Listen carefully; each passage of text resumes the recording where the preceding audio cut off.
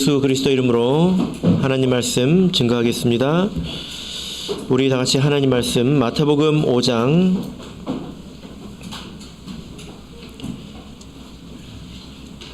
17절에서 20절까지 말씀을 우리 다 같이 찾겠습니다.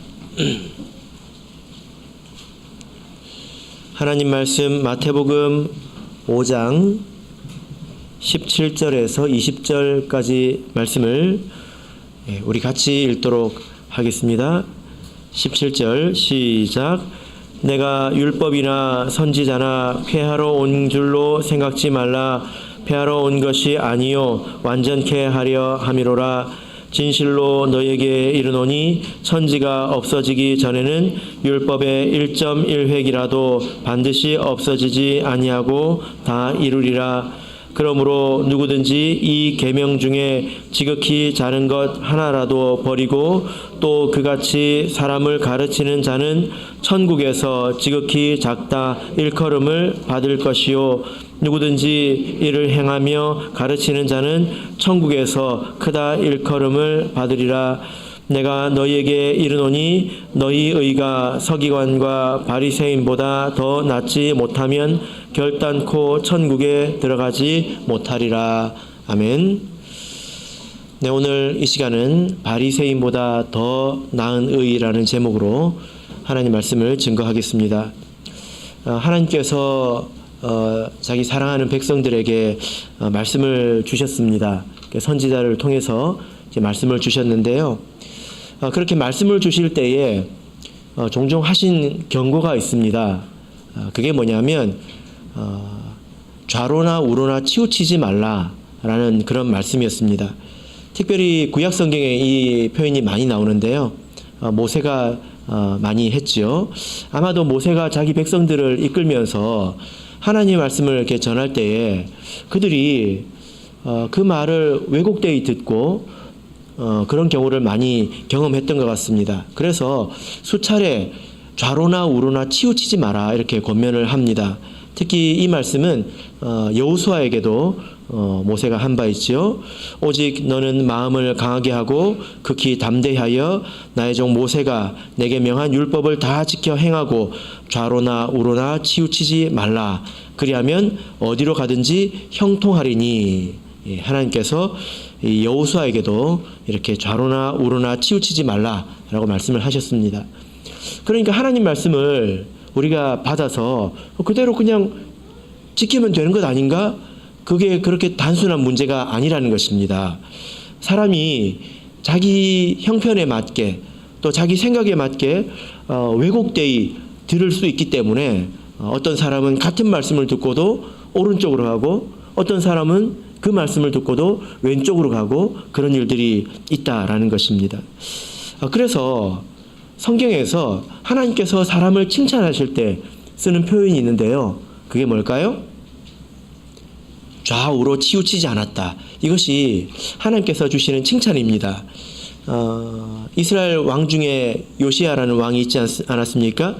열왕기하 22장 2절을 보시면 요시야가 여호와 보시기에 정직히 행하여 그 조상 다윗의 모든 길로 행하고 좌우로 치우치지 아니하였더라. 이렇게 말씀하고 있습니다. 그러니까 말씀을 있는 그대로 받아서 지키는 것이 참으로 칭찬받을 일이다라는 거죠. 이것이 쉬운 일은 아닙니다. 왜냐하면 우리 사람의 속에는 이것을 휘어지게 만드는 것들이 있기 때문이죠. 자, 우리 잠언 8장을 보겠습니다. 잠언 8장 20절을 보겠습니다.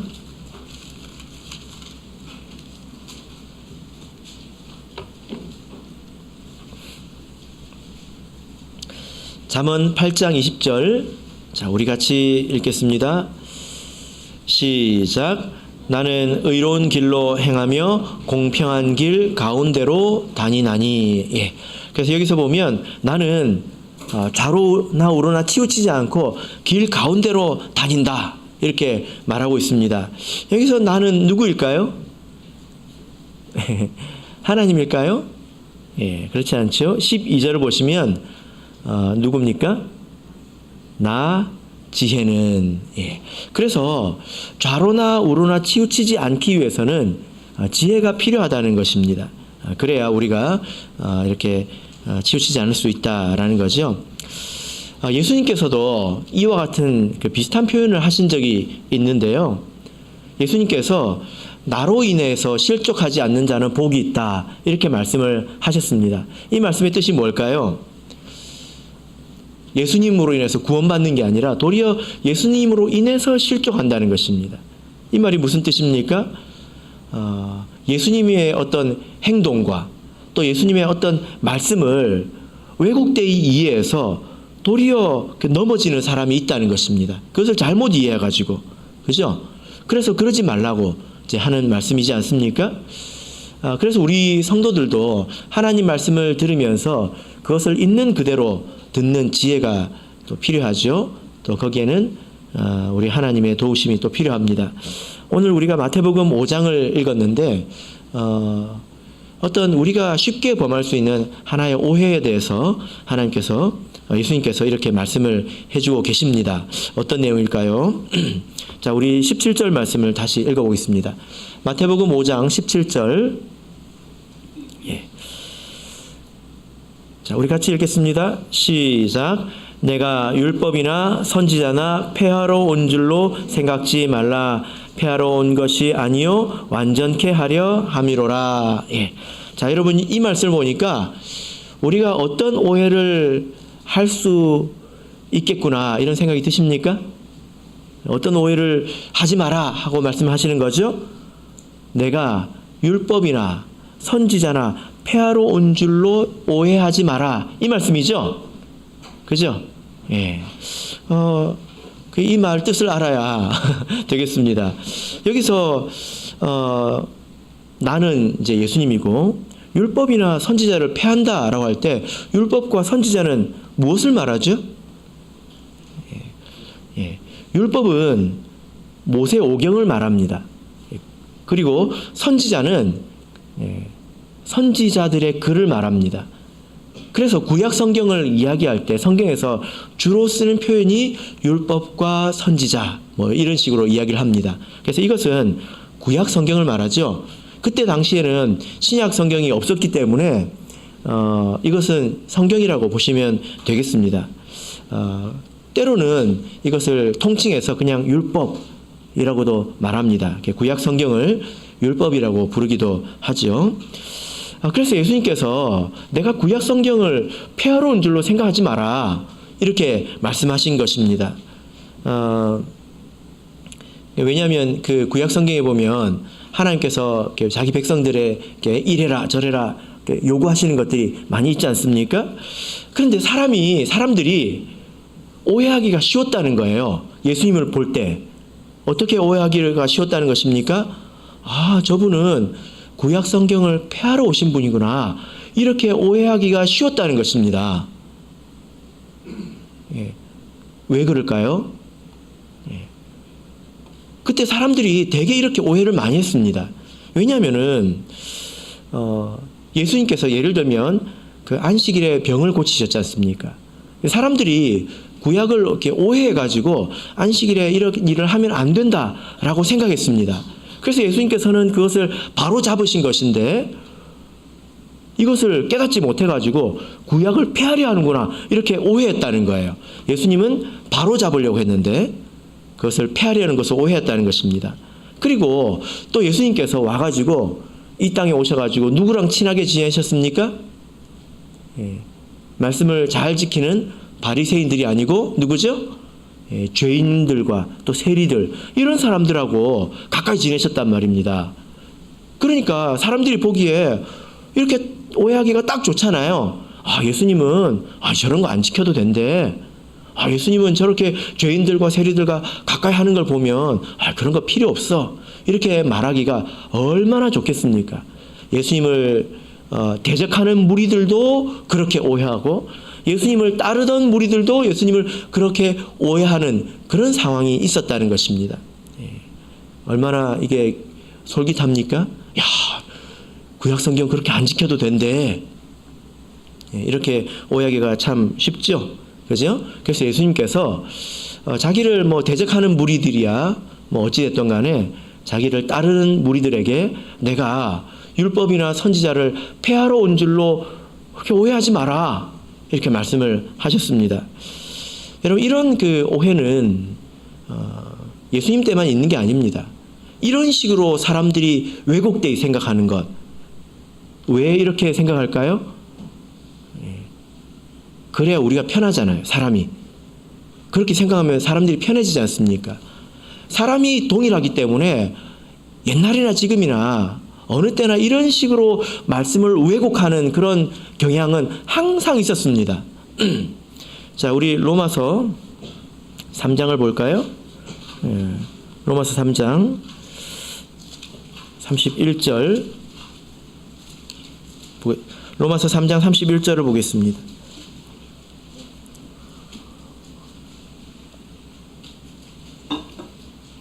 자, 우리 같이 읽겠습니다. 시작. 그런즉 우리가 믿음으로 말미암아 율법을 폐하느뇨 그럴 수 없느니라 도리어 율법을 굳게 세우느니라. 예. 자, 여기서 율법은 그냥 어렵게 생각하지 마시고 하나님 백성이 지켜야 될 것 이렇게 생각하시면 되겠습니다. 어떤 사람들이 믿음으로 말미암아 율법을 폐한다 이런 사람들이 있었습니다. 무슨 말이냐면요, 여러분 참 우리가 믿는 이 복음 안에는 신비로운 것이 있는데 우리가 예수님의 피로 우리 죄를 씻어내지 않습니까? 그죠? 예. 그러니까 죄가 큰 사람일수록 더 큰 은혜를 받는 이런 그 역설적인 현상이 생기는 거죠. 그죠? 예. 죄가 크니까 더 많은 것을 씻어내지 않습니까? 그러면 은혜를 크게 하려면 어떻게 하면 될까요? 예? 어떻게 하면 될까요? 예. 죄를 더 크게 지으면 되지 않겠습니까? 예. 이렇게 생각하는 사람들이 있었다는 것입니다. 믿음으로 말미암아 율법을 폐하고 그리고 이 복음 속에 은혜가 있기 때문에 은혜를 더하기 위해서 죄를 더하자 이런 생각하는 사람들이 있었다는 것입니다. 그런 좀 극단적인 예가 고린도 교회에 있었는데요. 자, 고린도전서 5장을 보겠습니다. 고린도전서 5장 고린도전서 5장 1절 2절을 보겠습니다. 이 말씀을 보면 사람이 어디까지 갈 수 있는가 이것을 생각해 볼 수 있습니다. 고린도전서 5장 1절 2절 같이 읽겠습니다. 시작. 너희 중에 심지어 음행이 있다함을 들으니 이런 음행은 이방인 중에라도 없는 것이라 누가 그 아비의 아내를 취하였다 하는도다. 그리하고도 너희가 오히려 교만하여져서 어찌하여 통한이 여기지 아니하고 그 일 행한 자를 너희 중에서 물리치지 아니하였느냐. 예. 여러분 고린도 교회를 보니까 이런 일이 있었습니다. 자기 아버지의 아내를 취했다. 이것은 물론 친어머니가 아니라 뭐 계모겠죠. 그죠? 그 계모와 음행을 저지른 것입니다. 그런데 교회가 그 사람을 물리치지 못했다는 거죠. 그리고 오히려 교만해졌다 이렇게 말씀을 하고 있습니다. 여러분 이런 일들이 왜 생긴 것일까요? 왜 이런 큰 죄를 짓고서도 이렇게 떳떳하게 고개를 들고 교회를 나올 수 있는 것일까요? 이게 복음을 오해해서 그런 것입니다. 복음을 오해했기 때문에 그런 거죠. 이 사람들이 어떻게 생각을 했냐면 이미 천국에 간 것처럼 생각을 했습니다. 그래서 그 죄책감 가운데 머물러 있는 것은 믿음이 없는 거라고 생각을 했어요. 예수님께서 우리의 죄를 다 사해 주셨는데 왜 아직도 그렇게 죄에 얽매여 있느냐? 우리는 자유롭게 살 수 있다. 이렇게 복음을 오해했다는 것입니다. 그러니까 마치 이 복음이 하나님의 뜻에서 우리를 해방시켜 주는 것처럼 이렇게 생각하는 그런 부류들이 예수님 때도 있었고 그리고 그 성경 시대 또 교회 시대에도 있었던 것을 알 수 있죠. 그죠? 그러나 이것은 잘못된 이해입니다. 하나님의 뜻은 변하지 않죠. 우리가 구약 성경을 보면 구약에 뭐 단순하게 이렇게 제사를 드려라, 저렇게 제사를 드려라, 이것만 있는 게 아니라 하나님의 백성이 어떻게 되기를 원하시는 그런 하나님의 뜻과 그런 소망이 있습니다. 자, 우리 출애굽기 19장을 보겠습니다. 출애굽기 19장 5절 6절을 보겠습니다.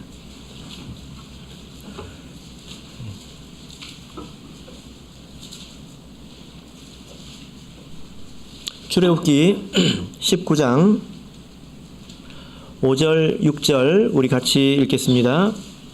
시작.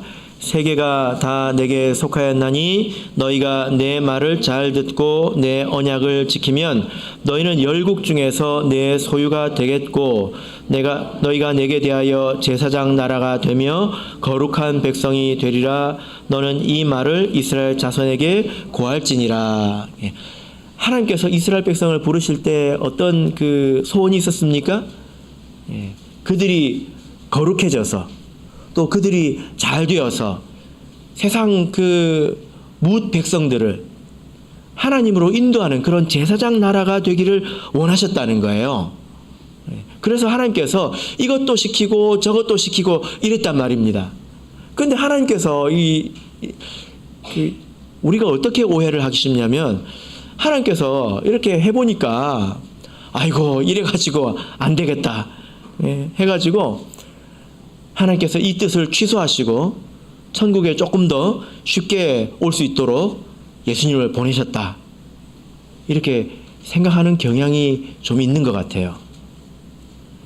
구약이 너무 어렵고 이래가지고 도대체 몇 명이나 천국에 오겠냐, 아이고 이래가지고 안 되겠다 해가지고 예수님을 보내셨다는 거예요.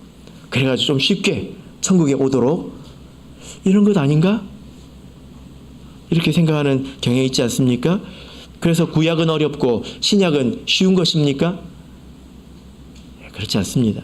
만약에 그러다면 하나님은 되지도 않는 이야기를 하신 분이고 실없는 분이 되어버리지 않습니까? 하나님은 그런 분이 아니십니다. 그래서 예수님께서 그 말씀을 지금 하시는 거예요. 내가 온 것이 하나님의 뜻을 폐하러 온 줄로 아느냐?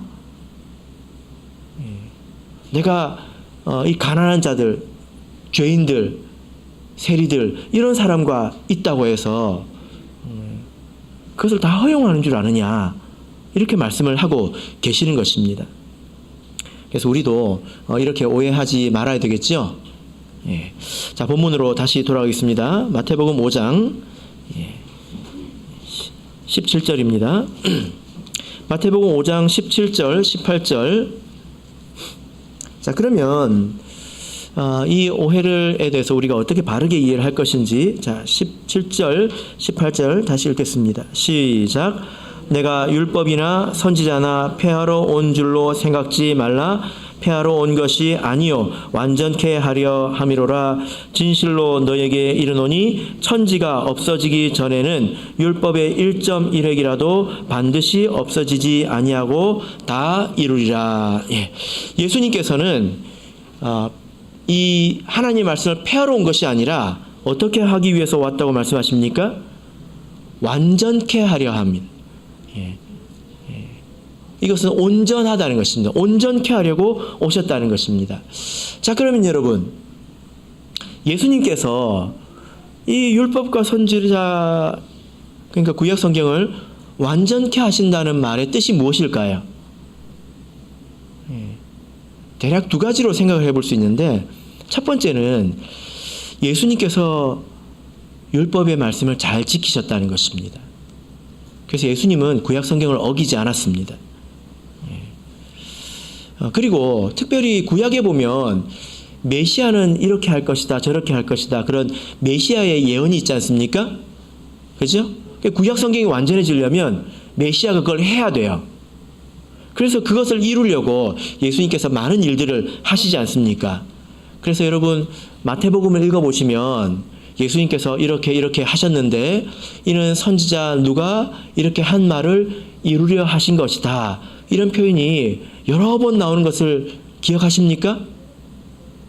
예수님께서 구약 성경을 읽으면서 메시아는 이것을 해야 된다는 걸 다 기억하고 계셨다는 거예요.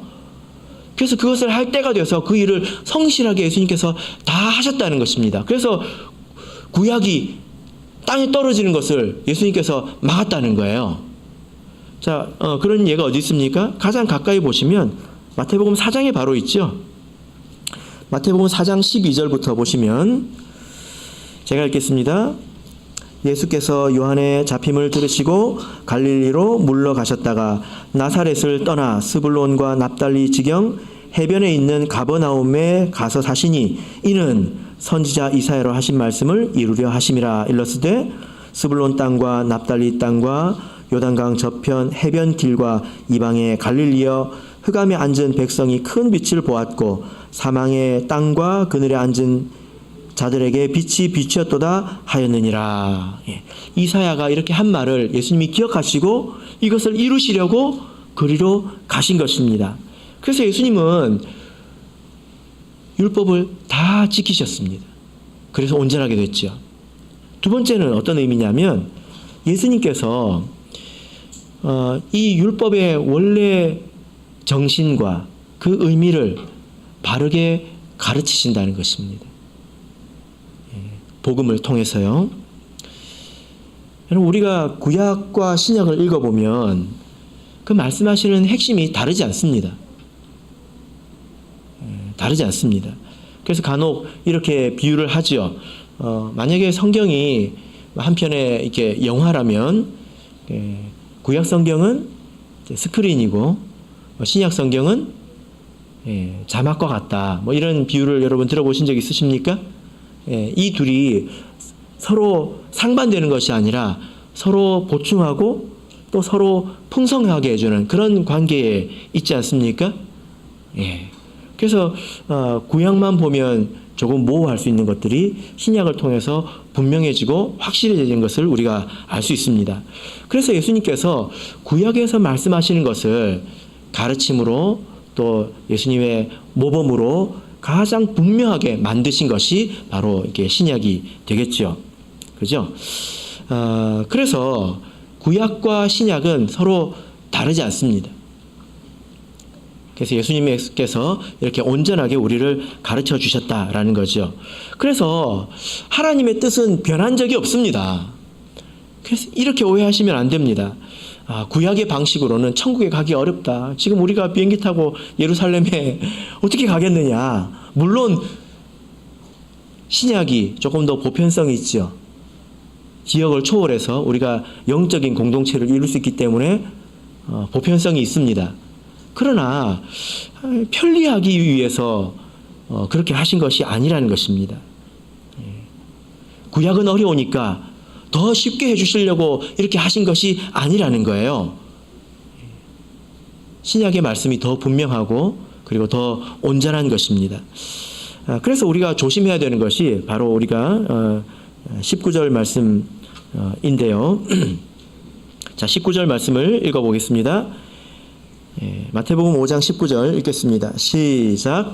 그러므로 누구든지 이 계명 중에 지극히 작은 것 하나라도 버리고 또 그같이 사람을 가르치는 자는 천국에서 지극히 작다 일컬음을 받을 것이요 누구든지 이를 행하며 가르치는 자는 천국에서 크다 일컬음을 받으리라.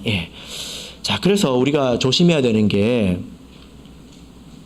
이건 작은 거야. 이건 어려운 거야. 안 해도 돼. 하고 제쳐버리지 말라는 것입니다. 하나님 말씀에 1.1획이 땅에 떨어지는 것보다 천지가 없어지는 게 쉽다고 하셨습니다.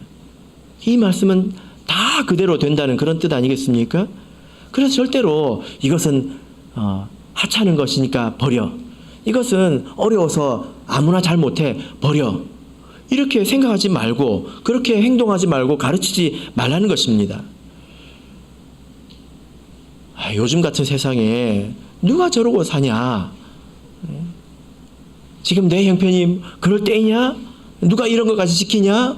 이런 말씀을 하지 말라는 것입니다. 만약에 그렇게 한다면 천국에서 가장 작다 일컬음을 받는다 이렇게 말씀을 하고 있습니다. 이것이 좀 이제 어려운 문제인데요. 천국에서 가장 작다 하니까 천국은 가는 것 아닙니까? 그러니까 됐죠? 그런데 여러분, 천국에도 크다 작다가 있을까요? 20절을 읽어보겠습니다. 예. 같은 맥락의 말씀인데 20절 읽겠습니다. 시작. 내가 너희에게 이르노니 너희 의가 서기관과 바리새인보다 더 낫지 못하면 결단코 천국에 들어가지 못하리라. 예. 자, 여기서는 너희가 천국에 들어가지 못한다라고 말하고 있습니다. 예. 바리새인들은 율법을 하찮게 여기지 않았습니다. 너무 엄격하게 해석을 했죠. 지나치게. 그죠? 그래서 예수님께 뭐 혼날 정도이지 않았습니까? 그래서 아주 작은 것도 바리새인들은 다 지키려고 했습니다. 하나님의 백성들은 이 하나님 말씀 중에서 작은 것들을 하찮게 여겨서는 안 될 뿐만 아니라 그것을 잘 지키는 바리새인보다 더 나아야 된다. 그래야 천국에 들어갈 수 있다. 이렇게 말씀하고 있습니다. 그래서 19절과 20절을 이렇게 대비해 보면 19절은 천국에서 20절은 천국으로입니다. 그런데 여러분, 우리 신앙생활이 사실은 천국에서 천국으로입니다. 맞습니까? 예, 지금 우리가 어디에 있습니까? 예, 천국에 있죠. 하나님 나라 백성들이지 않습니까? 예, 지상 천국이죠. 그런데 우리는 어디까지 가야 합니까? 예, 저기 천상의 나라까지 가야 되지요. 천상의 천국. 그래서 우리 신앙생활은 천국에서 천국으로입니다. 근데 지상의 천국에 있다고 해서 다 천상의 나라까지 가는 것은 아니지요. 그 말입니다. 만약에 우리가 이건 작은 것이다, 저것은 어려운 것이다 이렇게 해서 제쳐버린다면 바리새인보다 어떻게 그것이 더 낫다고 할 수 있습니까? 그렇죠? 그렇게 낫다고 말할 수 없습니다. 이것은 제끼고 저것은 뭐 어려우니까 뭐 하는 사람도 별로 없네, 이런 식으로 생각을 한다면 결단코 바리새인보다 낫다고 말할 수 없습니다. 그렇기 때문에 그렇습니다. 자, 그러면 우리 20절을 다시 한번 읽어볼까요?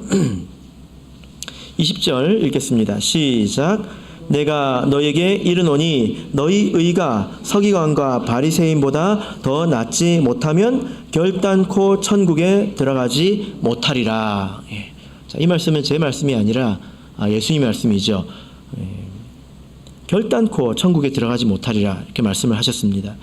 자, 그러면 이것은 우리의 의가, 우리의 의로움이 바리새인의 의로움보다 더 나아야 된다 이렇게 말씀을 하셨는데, 그러면 바리새인의 의는 무엇이고 그것보다 더 나은 의는 어떤 것일까요? 예.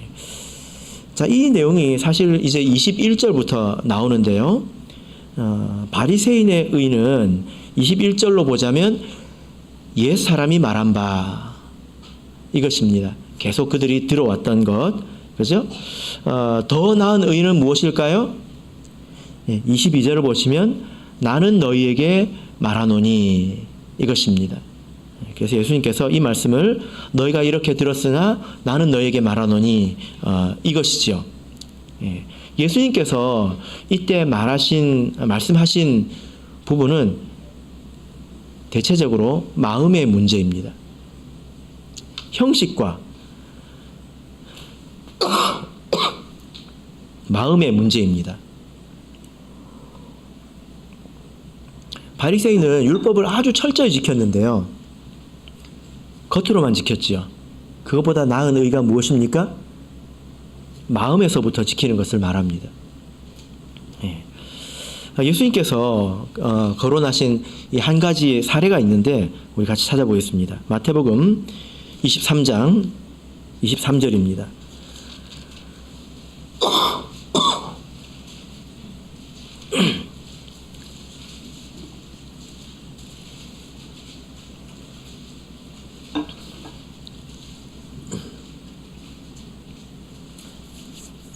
마태복음 23장 23절. 자, 읽겠습니다. 시작. 화 있을진저 외식하는 서기관들과 바리새인들이여, 너희가 박하와 회향과 근처에 11조를 들이되 율법에 더 중한 바 의와 신인과 신은 버렸도다. 그러나 이것도 행하고 저것도 버리지 말아야 할지니라. 예. 자, 여러분, 이 말씀을 보면 바리새인들이 형식적으로는 굉장히 온전했다는 것을 예수님께서 한 가지 사례를 들어서 말씀을 하고 있는데, 그것이 바로 이렇게 11조입니다. 11조는 소득의 10분의 1이지 않습니까? 그런데 이 소득이 도대체 무엇이냐에 대한 생각은 사람마다 조금씩 다를 수 있습니다. 그러나 바리새인은 이것에 대해서 아주 철저했다는 거지요. 신명기 14장을 보겠습니다. 신명기 14장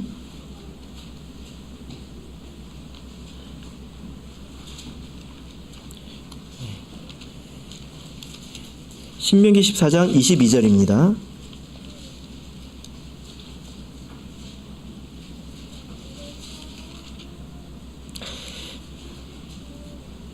(22절) 같이 읽겠습니다. 시작.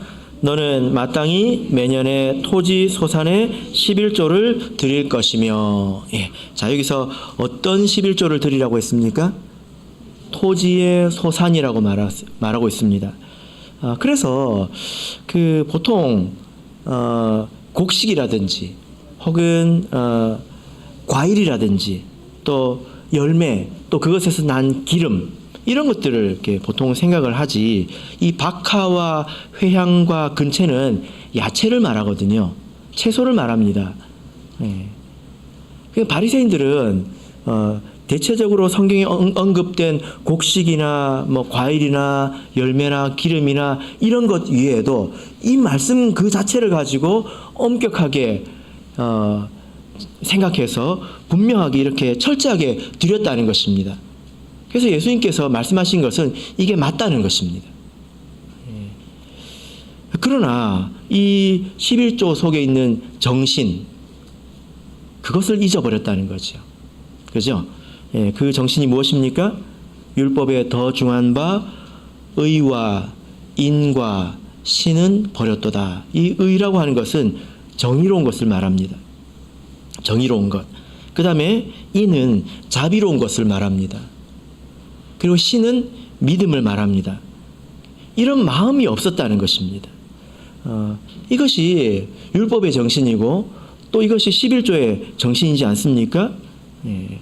그래서 예수님께서 결론적으로 하신 말씀은 뭐냐면은 이것도 행하고 저것도 버리지 말라라는 것입니다. 이것도 행하고 할 때 이것은 뭐죠? 그들이 하나님의 말씀을 철저히 행하려고 했던 것, 그것을 행하라는 것입니다. 그리고 저것도 버리지 말라. 이것은 무엇입니까? 뭐 바꿔서도 생각해 볼 수 있겠네요. 그죠? 예. 어쨌든 이 두 가지를 같이 하라는 거죠. 형식적으로 하나님의 말씀을 철저하게 지킬 것이고, 그리고 그 안에 있는 정신을 같이 가지라는 것입니다. 그래서 이 말씀은 바리새인처럼 충실하게 11조의 경우에 온전하게 하라는 것입니다. 지금으로 보자면 무엇이 온전한 11조입니까? 만약에 우리가 11조를 하지 못한다면 바리새인보다 나은 의라고 말할 수가 없겠죠. 그죠? 네, 못한 것입니다. 온전한 11조는 가장 먼저 10분의 1을 떼는 것입니다. 월급을 받고 빚도 갚고 세금도 내고 이것저것 하고 나중에 내는 것이 아니라 가장 먼저 11조를 떼는 것을 말합니다. 이것이 온전하죠. 사실 빚을 갚는 것도 그것도 내 재산입니다. 내가 예를 들어 집을 산다고 빚을 져가지고 빚을 갚았습니다. 그게 결국에 누구 게 됩니까? 다 자기 거 되잖아요. 그죠? 네. 그렇게 하는 것은 온전한 것이 아닙니다. 그리고 드릴 때 우리가 어떤 마음으로 드려야 합니까? 예, 정의를 생각해야 되고 자비를 생각해야 되고 믿음을 생각해야 합니다. 11조가 공평과 정의를 실천하는 길입니다. 왜 그럴까요? 예, 비율이지 않습니까? 많이 받은 사람은 많이 내는 거지요. 사실 이것이 정의롭지 않습니까? 그리고 또 이것이 어떻게 사용되는지를 안다면 우리가 자비를 생각하면서 이것을 하나님 앞에 바칠 수 있습니다. 그리고 또 이것은 믿음으로 하는 거지요. 내 모든 것은 하나님의 것이다 라는 신앙으로 하는 것이지 않습니까? 그래서 하나님께서 이 바리새인보다 나은 의라고 말씀하실 때는 바리새인처럼 철저하게 지킬 것은 물론이고 그 안에 있는 정신까지도 우리가 온전하게 가지고 있어야 된다는 것입니다. 바리새인들을 형식주의자라고 우리가 비난해서는 안 됩니다. 왜냐하면 하나님께서 이것도 행하고 저것도 버리지 말라고 하셨기 때문이지요. 그죠? 그래서 우리가 신앙생활하는 모든 일에 사실 이런 마음을 가지고 해야 합니다. 우리가 예배를 드릴 때도 예배 참석을 해야죠. 안식일을 지켜야 되죠.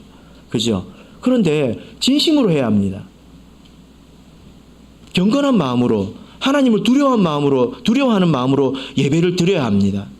만약에 우리가 그런 믿음과 마음 없이 내가 지금 하나님의 말씀을 듣는다 그런 마음이 없이 이 자리에 앉아 있다면 바리새인과 같은 거죠. 그죠? 우리가 성경을 읽을 때도 어떤 마음으로 읽어야 합니까? 성경을 읽어야 되니까, 읽으라고 하니까, 안 읽으면 눈치 뵈니까 이것이 아니라 하나님의 말씀인 것을 믿고 사모하고 또 두려운 마음으로 그 말씀을 받아야 된다는 것입니다. 이것이 바리새인보다 나은 의입니다. 우리가 진심으로 행해야 된다는 것입니다. 이렇게 말씀을 드리면 그러면 우리가 결과적으로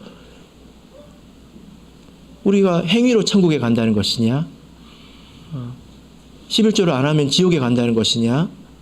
11조를 했기 때문에 천국에 간다는 것이냐? 안식일을 지켰기 때문에 천국에 간다는 것이냐? 이것은 좀 핀트가 어긋난 질문이죠. 우리의 믿음이 진실하다면 그것을 행할 것입니다.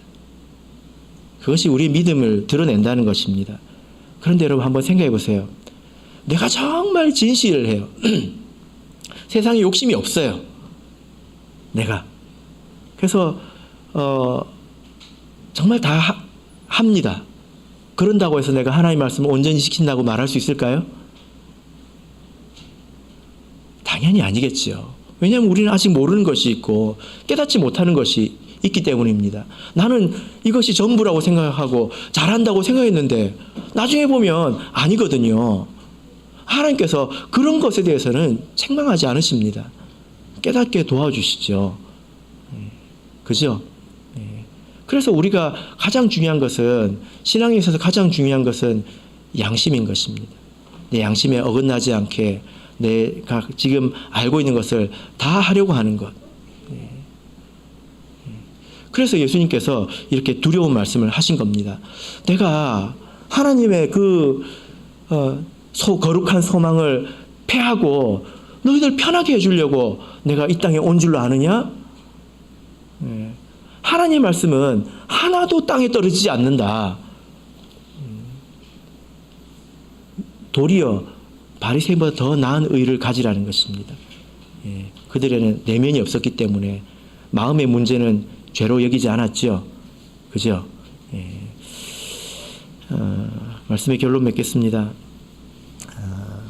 하나님께서 우리에게 예수님을 보내주신 이유는 애초에 하나님께서 하신 말씀을 온전케 하려고, 또 우리가 바리새인보다 더 나은 의를 갖도록 돕기 위해서 이 땅에 오신 것입니다. 그리고 보혜사 성령을 보내주셔서 지금도 우리를 깨닫게 하시고, 또 비록 부족함이 있다 하더라도 온전한 가운데로 오도록 자비로운 하나님께서 계속 우리를 인도해주고 계시지 않습니까? 오늘 찬양 가운데 모르겠습니다. 제 눈에는 유난히 하나님이 자비하시다 이 내용이 많더라고요. 그래서 비록 지금 우리가 바리새인보다 못한 의를 가지고 있다 하더라도 하나님께서 우리를 인도해 주실 것입니다.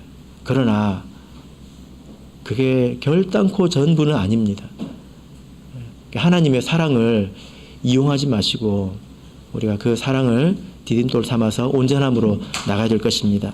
바라옵기는 모든 일에 전심으로 바리새인보다 나은 의를 이루시는 저와 여러분이 되시기를 예수 그리스도 이름으로 축복합니다. 우리 다 같이 찬송하겠습니다.